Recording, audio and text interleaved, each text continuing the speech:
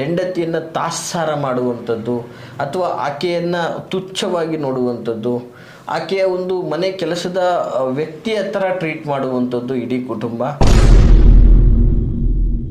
ಆ ಹೆಣ್ಣು ಸಂಸಾರವನ್ನು ಮಾಡೋದು ಬಿಟ್ಟು ಪದೇ ಪದೇ ತವ್ರ ಮನೆಯನ್ನು ಸೇರ್ತಾ ಇರ್ತಾಳೆ.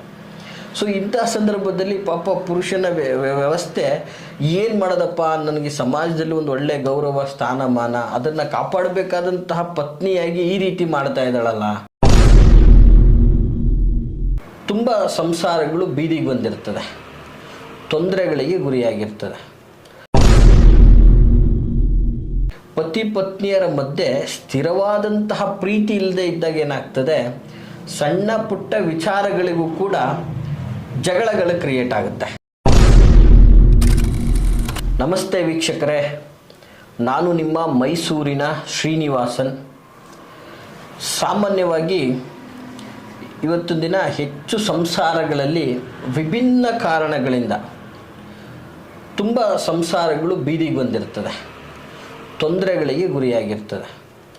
ನೋಡಿ, ಸಂಸಾರ ಗುಟ್ಟು ರಾಗಿ ರಟ್ಟು ಅಂತಾರೆ. ಹಾಗೆ ಇವತ್ತು ಒಂದು ಕುಟುಂಬ, ಒಂದು ಮನೆ, ಒಂದು ಸಂಸಾರ ಅಂದಾಗ ಪರಸ್ಪರ ದಂಪತಿಗಳಲ್ಲಿ ಒಂದು ಪ್ರೀತಿ, ವಿಶ್ವಾಸ, ಪರಸ್ಪರ ಒಬ್ಬರ ಮೇಲೆ ಒಬ್ಬರ ನಂಬಿಕೆ ಇದ್ದರೆ ಅದು ಒಂದು ಸಂಸಾರ ಅಂತ ಅನ್ನಿಸ್ಕೊಳ್ಳುತ್ತೆ.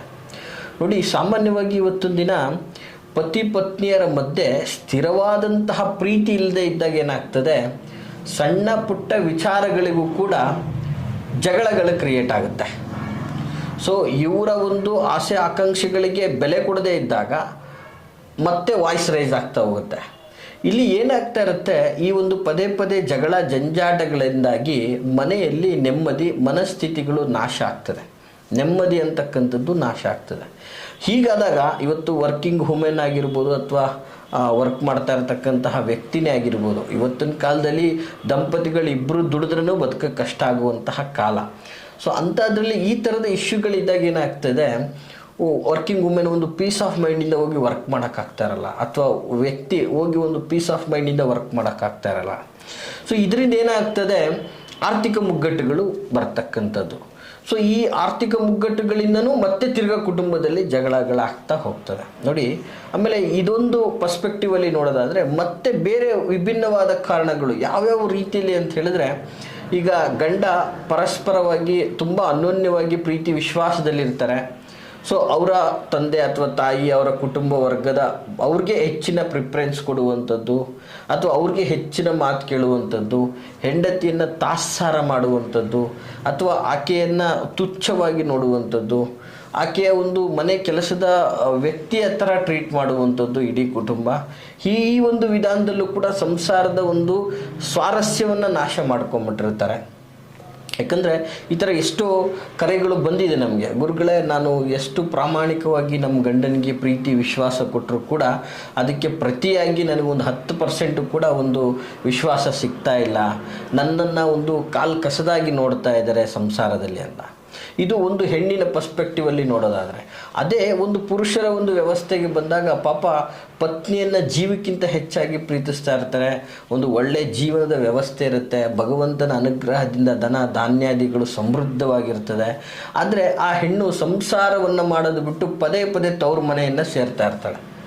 ಸೊ ಇಂಥ ಸಂದರ್ಭದಲ್ಲಿ ಪಾಪ ಪುರುಷನ ವ್ಯವಸ್ಥೆ ಏನು ಮಾಡೋದಪ್ಪ, ನನಗೆ ಸಮಾಜದಲ್ಲಿ ಒಂದು ಒಳ್ಳೆ ಗೌರವ ಸ್ಥಾನಮಾನ ಅದನ್ನು ಕಾಪಾಡಬೇಕಾದಂತಹ ಪತ್ನಿಯಾಗಿ ಈ ರೀತಿ ಮಾಡ್ತಾ ಇದ್ದಾಳಲ್ಲ.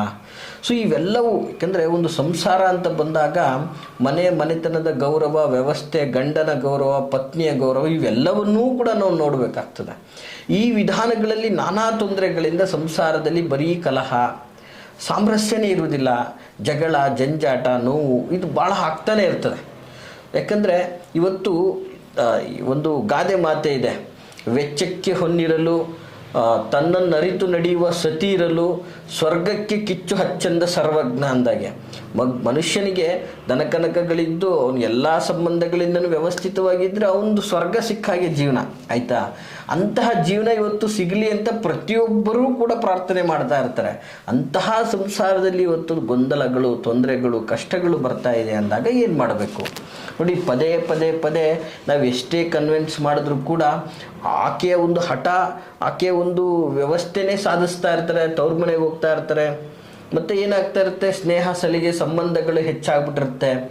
ಸೊ ಇದರಿಂದ ವ್ಯರ್ಥ ಮನೆಗಳಿಗೆ ಅನ್ನೆಸೆಸರಿ ಕಾಂಟ್ರವರ್ಸಿಗಳು ಕ್ರಿಯೇಟ್ ಆಗ್ತಾ ಇರುತ್ತೆ.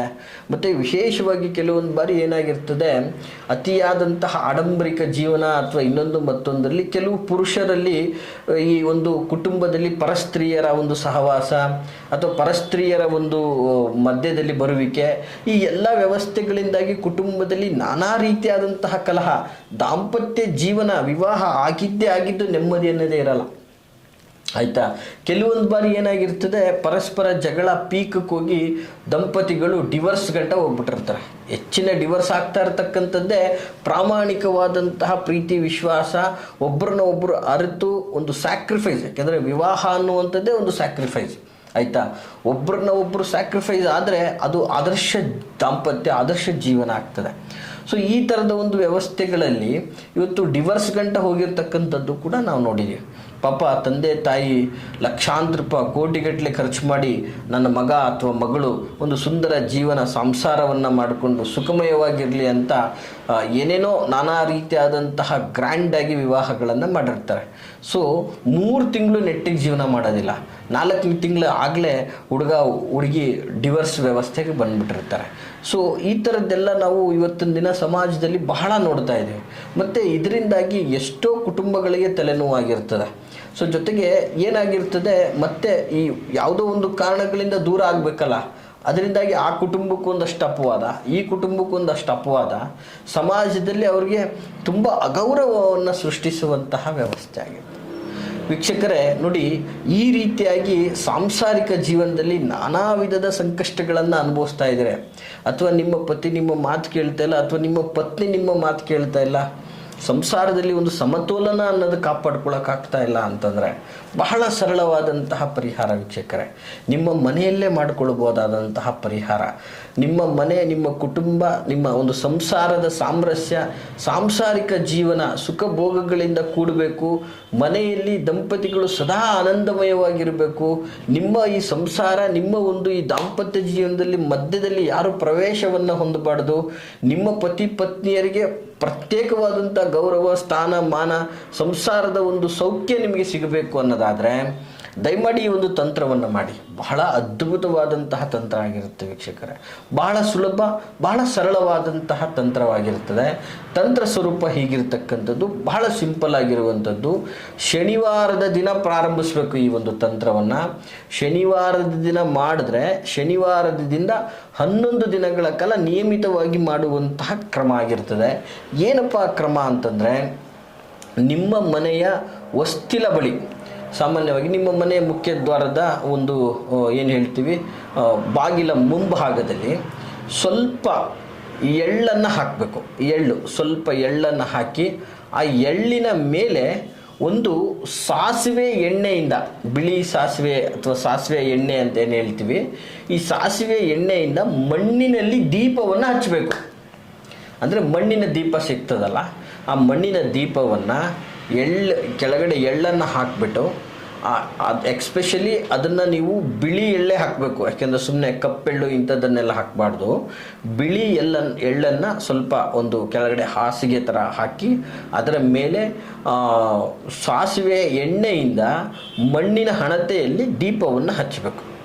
ಈ ರೀತಿ ದೀಪವನ್ನು 11 ದಿನಗಳ ಕಾಲ ಸಂಧ್ಯಾಕಾಲದಲ್ಲಿ, ಶನಿವಾರದಿಂದ ಪ್ರಾರಂಭಿಸಿ 11 ದಿನಗಳ ಕಾಲ ನಿಯಮಿತವಾಗಿ ಈ ಒಂದು ತಂತ್ರವನ್ನು ಮಾಡೋದ್ರಿಂದ ನಿಮ್ಮ ಸಂಸಾರದಲ್ಲಿ ಸುಖ, ಶಾಂತಿ, ಸೌಖ್ಯ ನೆಲೆಸುತ್ತೆ. ಸಾಂಸಾರಿಕ ಸೌಖ್ಯ ಅನ್ನೋದು ನಿಮಗೆ ಸಿಗುತ್ತೆ. ಪತಿ ಪತ್ನಿಯರನ್ನು ಅರಿಯುವಂತಹ ಮನಸ್ಥಿತಿ ಪರಿವರ್ತನೆ ಆಗುತ್ತೆ. ಪತ್ನಿ ಪದೇ ಪದೇ ತವ್ರ ಮನೆ ಹೋಗದೇ ಇರೋದನ್ನು ತಡಿಬೋದು. ಗಂಡ ಪರಸ್ತ್ರೀ ಸಹವಾಸ ಮಾಡೋದನ್ನು ತಡಿಬೋದು. ಇದರಿಂದ ನಾನಾ ವಿಧದ ಪ್ರಯೋಜನಗಳು ನಿಮಗೆ ಖಂಡಿತವಾಗಿ ಇದೆ ಅಂತ ಹೇಳಕ್ಕೆ ಇಷ್ಟಪಡ್ತೀನಿ ವೀಕ್ಷಕರೇ. ಹಾಗೆ ಯಾರೆಲ್ಲ ಈ ಒಂದು ವಿಡಿಯೋವನ್ನು ನೋಡ್ತಾ ಇದ್ದೀರಾ, ಈ ಮಾಹಿತಿಯನ್ನು ತಪ್ಪದೆ ಸ್ಕಿಪ್ ಮಾಡದೆ ಸಂಪೂರ್ಣವಾಗಿ ನೋಡಿ ಅಂತ ಹೇಳಕ್ಕೆ ಇಷ್ಟಪಡ್ತೀನಿ. ಹಾಗೆ ಯಾರು ನಿಮ್ಮ ಸ್ನೇಹಿತರು, ಅಣ್ಣ ತಮ್ಮ ಸ್ನೇಹಿತರು, ಫ್ರೆಂಡ್ಸು, ಬಂಧು ಬಳಗ ಸಂಸಾರ ನಾಶ ಆಗಿ ಕೋರ್ಟ್ ಕೇಸು, ಡಿವೋರ್ಸ್ ಗಂಟ ಹೋಗಿರುತ್ತೆ ಅಂಥವ್ರಿಗೆಲ್ಲ ಈ ವಿಡಿಯೋನ ತಪ್ಪದೆ ಶೇರ್ ಮಾಡಿ.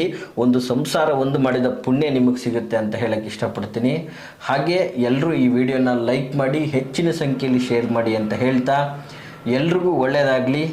ಜೊತೆಗೆ ಯಾರೆಲ್ಲ ನಮ್ಮೊಟ್ಟಿಗೆ ಮಾತಾಡಬೇಕು ಅಂತ ಇಚ್ಛೆ ಪಡ್ತೀರಿ, ನೇರವಾಗಿ ನಮ್ಮ ಆಫೀಸ್ಗೆ ಸಹ ಬಂದು ಮಾತಾಡ್ಬೋದು.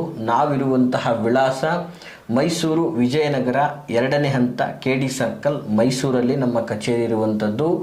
ನೀವು ಬರುವಂತಹ ಸಮಯವನ್ನು ಫೋನಿನ ಮುಖಾಂತರ ಖಚಿತಪಡಿಸ್ಕೊಂಡು ಬನ್ನಿ ಅಂತ ಹೇಳ್ತಾ ಎಲ್ರಿಗೂ ಒಳ್ಳೆಯದಾಗಲಿ. ನಮಸ್ಕಾರ.